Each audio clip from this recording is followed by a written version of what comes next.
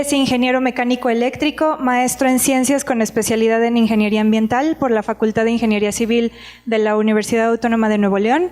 Además de su papel como docente, fue editor fundador de la revista Ciencia UANL y coeditor de la revista Resonancia.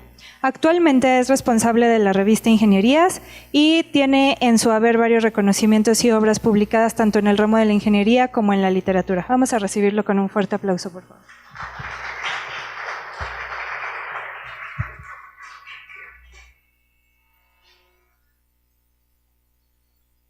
Bueno, muchas gracias a todos por su presencia y muy especialmente al aguerrido grupo de organizadores. ¿Sí? Organizar cosas en México es toda una aventura y debe felicitarse, la verdad, a todos y a todas. Ok, la ponencia tiene alrededor del uso de fuentes de agua en el diseño de paisajes sonoros.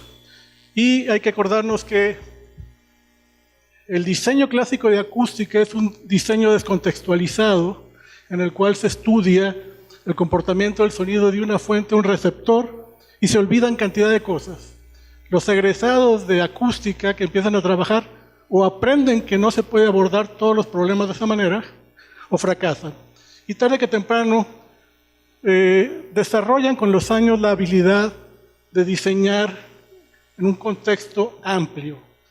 ¿Okay? El diseño de paisajes sonoros es una propuesta relativamente joven, en términos de historia, en la cual básicamente la propuesta central es que tenemos que trabajar contextualizadamente, o sea, tenemos que diseñar en contexto.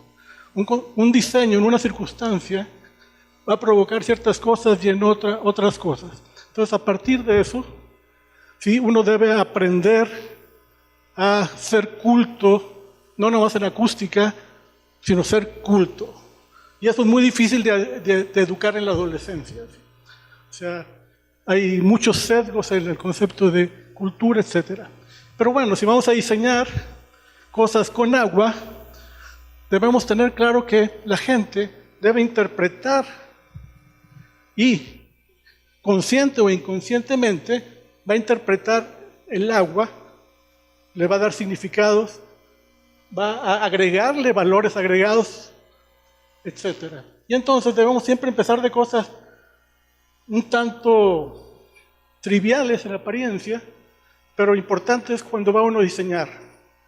Y debemos empezar por tener claro que el agua, ¿sí?, tiene un largo recorrido histórico desde ser río, estamos hablando de agua de beber, hasta llegar a una fuente y poderse usar para cosas tan exóticas como que produzca sonido. Entonces, debemos empezar por tener claro que necesitamos el agua para vivir y que los humanos los usamos para muchas cosas, para alimentos, bebidas, limpieza, agricultura, reacciones químicas. La industria sin el agua no es factible en muchos aspectos. Intercambio de calor, extinguir el fuego, los deportes, actividades recreativas, etc. No hay nada como ir al mar o a un río a bañarse. Cuando los ríos, antiguamente, cuando los que somos viejos, los ríos eran muy disfrutables. Ahora es todo un problema ir a bañarse a un río. ¿Sí? Y a partir de todos esos usos y la necesidad que tenemos del agua, obviamente se contextualiza en términos religiosos, de filosofía, y se usa mucho en literatura con fines simbólicos. Entonces, sin darnos cuenta, o con conciencia, hay grandes usos simbólicos del agua que están apareados, al uso del agua. También hay que ser conscientes que el agua es uno de los factores que permite el establecimiento de las comunidades sedentarias, y la creación de las ciudades modernas, que después terminan en otras locuras, pero en primera instancia, ¿sí?, muchos ríos y lagos generaron las condiciones para establecer las primeras grandes ciudades de la humanidad. Y algunas todavía, ¿sí?, muestran sus ríos y se vive en sus ríos, ¿sí? Y a veces no se aguanta uno la tentación de pasearse aquí en la lanchita. ¿Ok? Uno ve agua en todos lados, pero vas y quieres subirte a la lanchita. O sea, hay que intelectualizarlo desde el punto de vista, si vamos a diseñar, que hay un atractor ahí. Ok.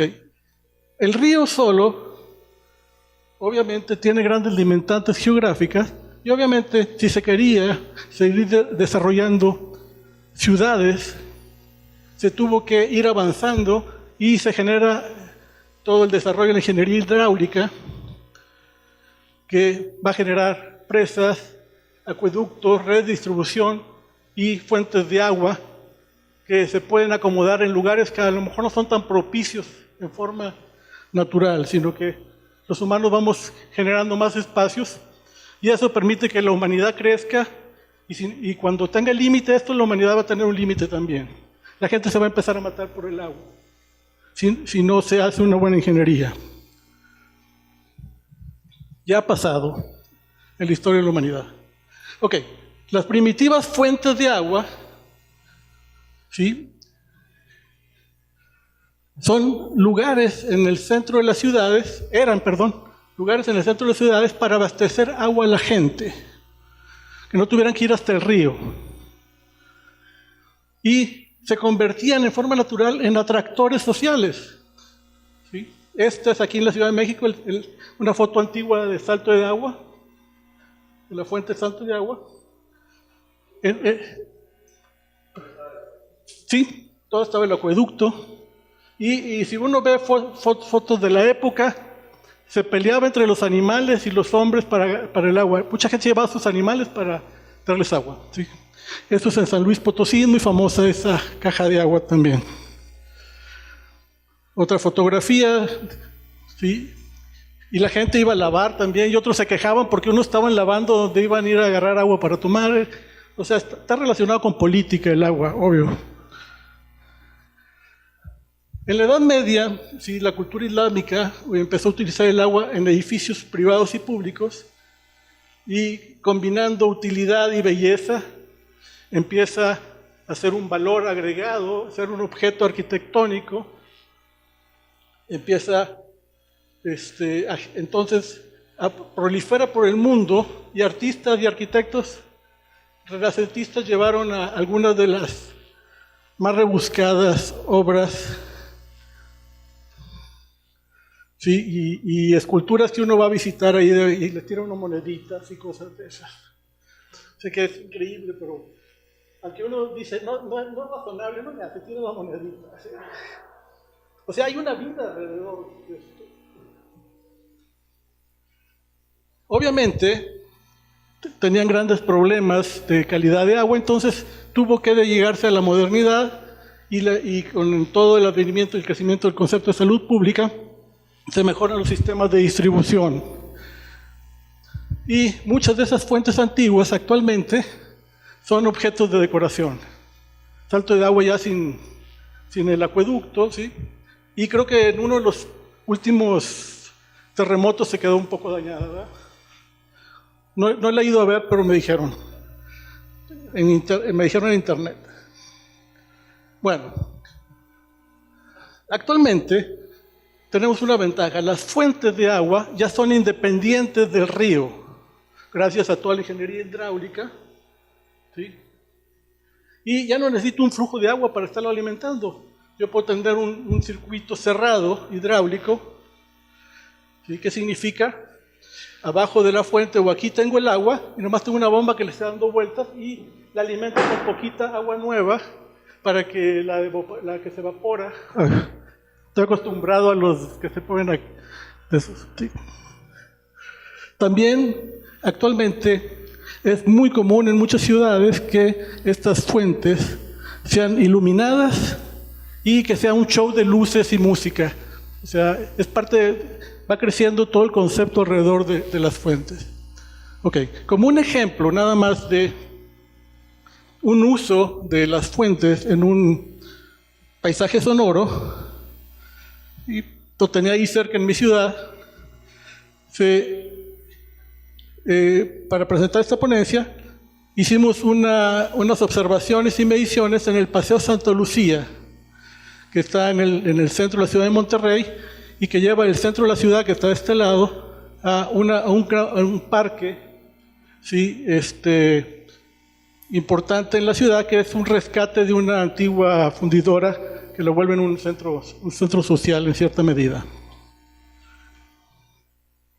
Este proyecto comenzó en 1996, pero se acabó el dinero y se quedó una primera etapa, y después de 9 años, con la excusa del Fórum de la Universal de las Culturas que se realizó en Monterrey, se consiguió dinero para terminarlo.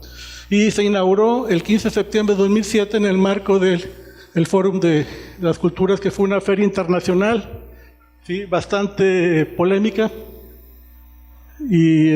pero dejó muchas cosas buenas para la ciudad. Este es un paseo ribereño diseñado por el arquitecto Enrique Avaroa Castellanos, y básicamente tomó el cauce del río antiguo y primitivo que fue el nacimiento de la ciudad. Como saben, Monterrey está en una zona semidesértica, y había un pequeño riachuelo que cuando era la ciudad pequeña era muy bueno, porque la ciudad grande se lo comió. Entonces fue un rescate de esa ruta del riachuelo que seguía emanando un poquito de agua y se le canalizó. Se hizo un canal de 2.5 kilómetros, en general de 1,20 metros, con ganas de que casi nadie se ahogue. Sí, es muy difícil que alguien se ahogue. Hay que pensar en esas cosas cuando uno diseña, ¿sí? Y se le pusieron alrededor, está el paseo ribereño para que la gente camine, y lanchitas para que la gente se pasee y salude los de abajo, los de arriba, y todo el rito necesario para un buen paseo. ¿Sí? Hay paisajes bonitos, fuentes, puentes, murales, esculturas, zonas verdes, terrazas, esplanadas, y alrededor es la zona de museos, teatros, restaurantes. Hay todo tipo de eventos en el lugar. Y obviamente, si yo tengo un río, uno piensa como diseñador de paisajes sonoros y dice, pues si hay agua, y si hay agua me cuesta poco tener fuentes, y las fuentes las puedo usar para que las vean, pero también las puedo usar para que generen en el recorrido diferentes experiencias sonoras. O sea, la gente reconoce el sonido de una fuente inconscientemente, por supuesto, ¿sí?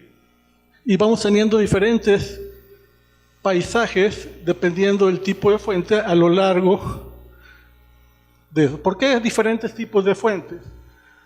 Acuérdense que el concepto de paisaje sonoro es un concepto de diseño en contexto.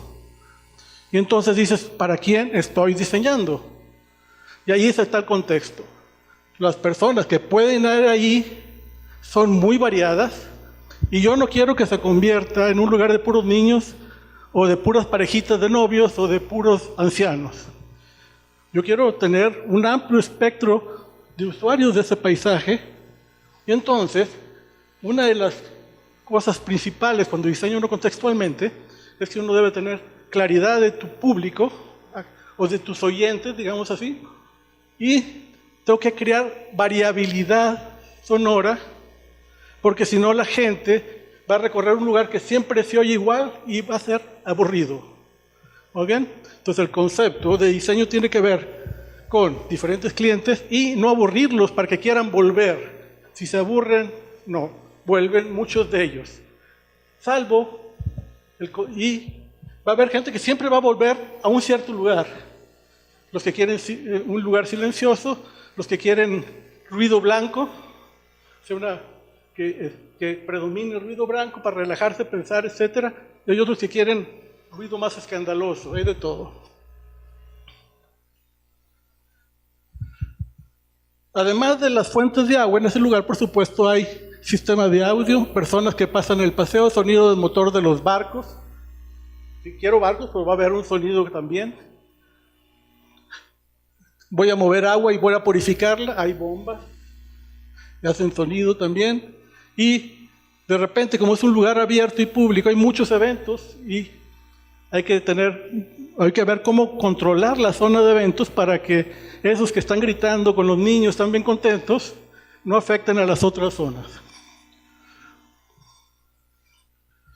Bueno, nosotros hicimos una serie, nosotros, o no a manada, mis alumnos hicieron una serie de mediciones, ¿sí? Entonces medimos varias de las fuentes que, si se fijan, por ejemplo en esta, y es otra cosa importante en el diseño de paisajes sonoros, que es el concepto de cómo hay que hacer diversidad sonora, hay que generar opciones. ¿Qué significa? Hay dos opciones. Una es pasar por abajo de la fuente, ¿sí? Donde te pueden caer gotitas, y hay una vez para los que no quieren mojarse, ¿sí? Entonces esta gente va a tener una experiencia acústica y con agua, y los otros no. Entonces hay que ir pensando también, cuando genera unos mundos acústicos, hay que ir pensando en los que no les interesa se pueden escapar, y en los que les interese lo usen. Eso es diseñar en contexto, es una de las dimensiones. Medimos con equipo Brühl-Anker y un medidor de espectro SEDVA. Se midieron decibeles A, respuesta lenta y espectro en bandas de octavas.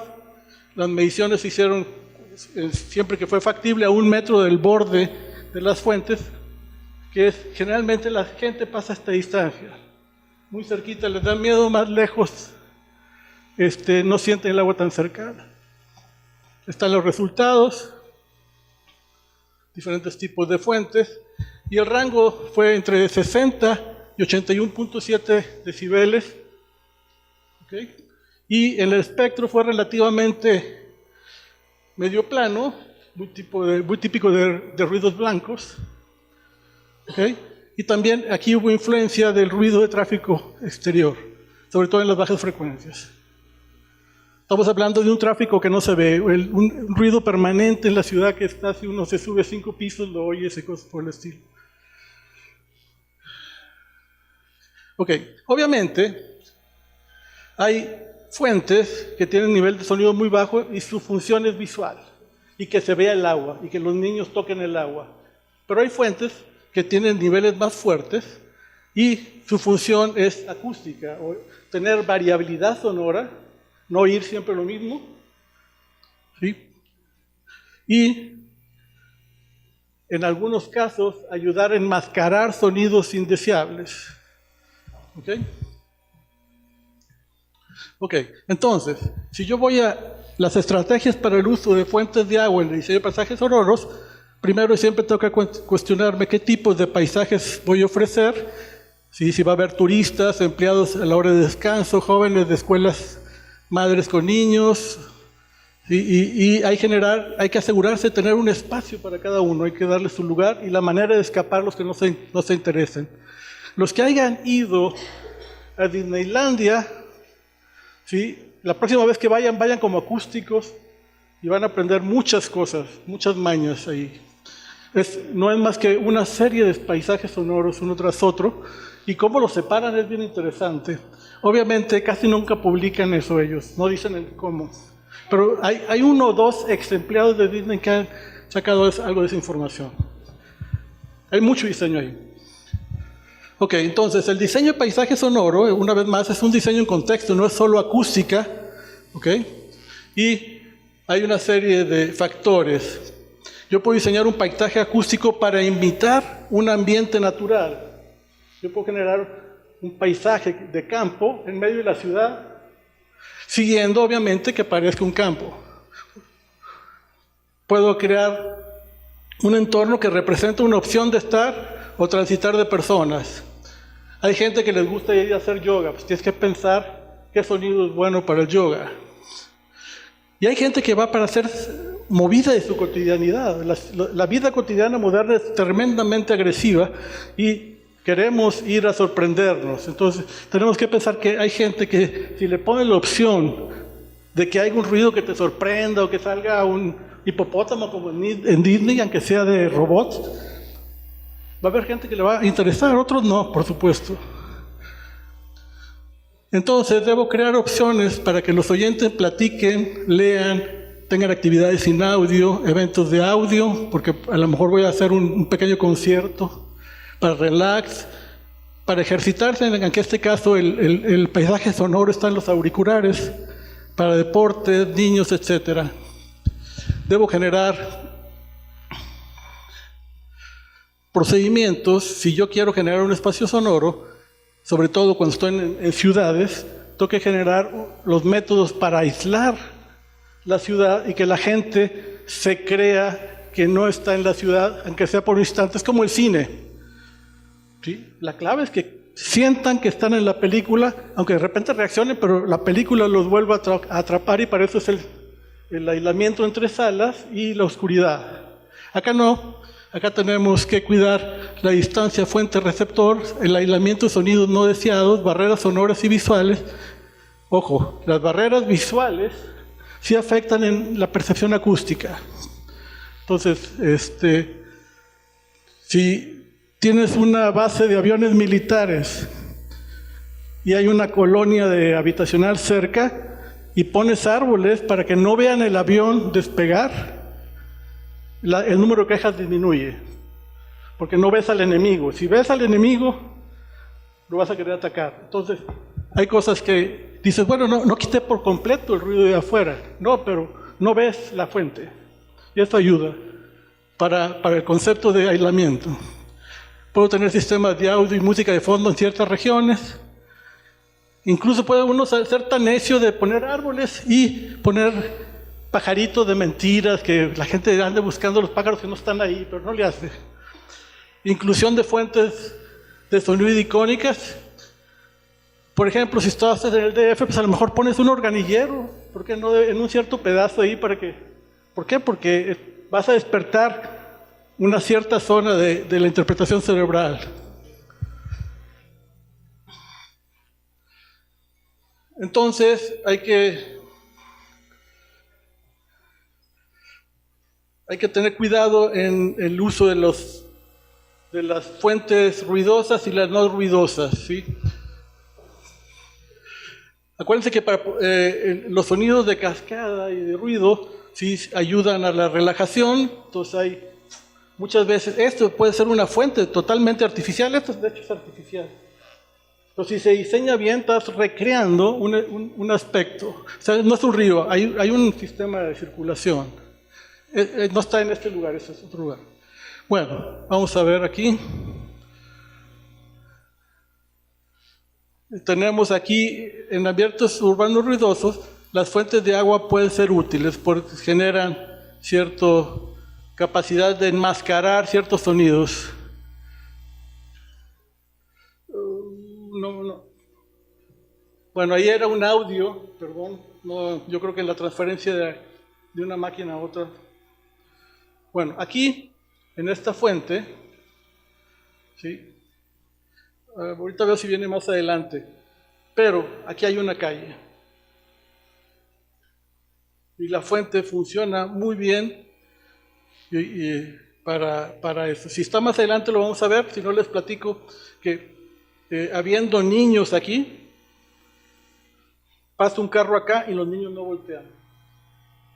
Lo cual significa que se aisló psicológicamente lo otro. ¿Qué factores influyen en el sonido? Cuánta agua tengo, la presión de agua, la altura de cascada, el tipo de boquillas para ese número de chorros, tipo de superficie contra la que choca el agua, el sistema de sonidos, etc. Afortunadamente, actualmente hay montones de boquillas disponibles y generalmente con tal de venderte hasta te diseñan todo lo hidráulico. ¿Ok? No te dicen cuánto sonido produce. Entonces, esto hay que irlo generando, ¿sí? A partir de, si me dan 2 minutos más, les digo, si no, no. Ahí va el procedimiento, ¿sí? El domingo, o un día de la semana que estén libres, ¿sí? Se ponen su traje de baño en la casa, ¿sí? Pero antes fueron a comprar una boquilla múltiple para su manguera de regar. ¿Vamos bien? ¿Sí? Y entonces el domingo se ponen a echar agua al vidrio, al metal, a una cazuela de cobre, espriado en forma de chorro de jet, y van a ver cómo cambia el volumen y el espectro. Y están creando cultura acústica. Y cuando uno viaja como acústico, uno está viendo cosas y diciendo acústicamente qué implica, de tal manera que uno empieza a tener un bagaje cultural acústico. Okay. Entonces, el tipo de boquilla influye, ¿sí? No es igual algo que cae de aquí. El agua está cayendo de esta altura, y aquí tengo caídas de diferente altura, ¿okay? Y la altura implica también cambios en el espectro por la profundidad y el agujero. Cuando cae una gota en el agua, se hace un pequeño agujero por un corto tiempo, y es como un resonador Hertz. Cuando el espectro de sonido, en cuanto al espectro, ¿sí? No es igual echar el agua en un material con un amortiguamiento que en otro. No es igual echar agua en hule que en hojalata, por decir algo. El espesor, no es igual un muro de hormigón que un vidrio. El agua que le echo, ¿qué tanto va a vibrar? Acuérdense que lo que vibre tiene que ver con lo que emite de sonido. La existencia de cavidades en la estructura de la superficie va a servir como también resonador de Hertz, y puedo tener espectros diferentes. Esto es súper importante en diseño de este tipo de cosas y cosas de paisajes sonoros. El concepto de zona de influencia. La ruta del paseo hay que establecerla, ¿sí? Y para establecer esta ruta del paseo, yo tengo que tener claro dónde está la fuente de agua y si hay otras fuentes de sonido, dónde están. Y voy a tener 3 zonas. La zona dominada por la fuente de agua, la zona de mezcla de los dos sonidos y la zona donde esto casi no se oye y oímos más la otra fuente. Al irnos alejando, va cambiando y, por lo tanto, en ciertos lugares yo tengo que permitir que la gente se acerque aquí para que tenga este sonido y evite este sonido que es a lo mejor exactamente detrás de la barda del paseo. ¿Por qué no lo está dando? No, ahorita lo proyectamos. Vamos a salir. Esta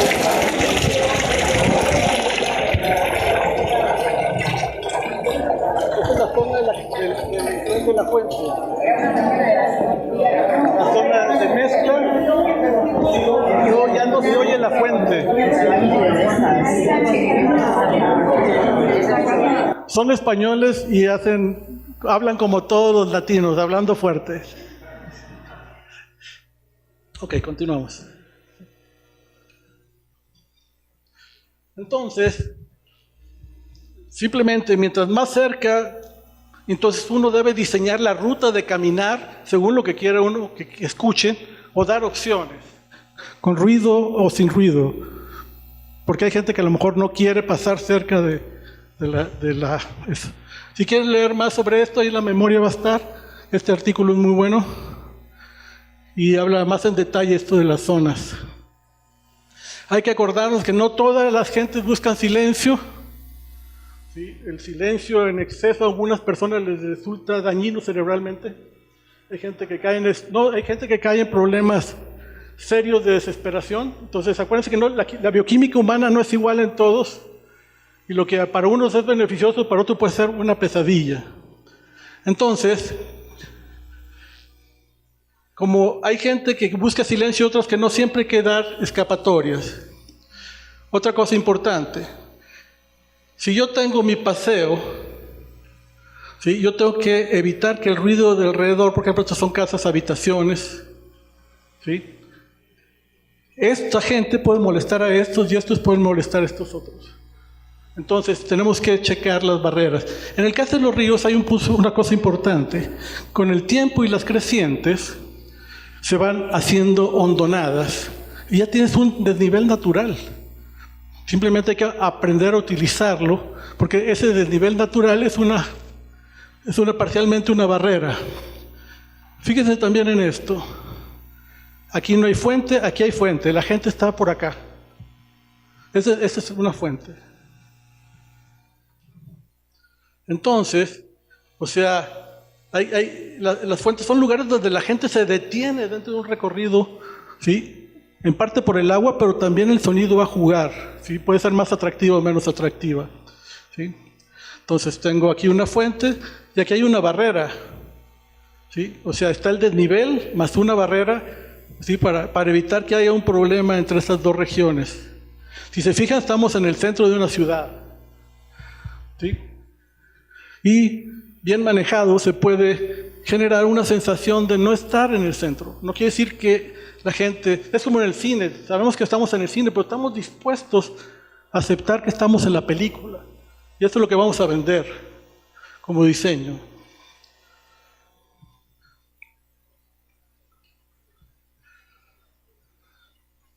Entonces aquí tenemos lo de la calle a un nivel, esta es la calle donde pasan carros por acá arriba y el nivel acá.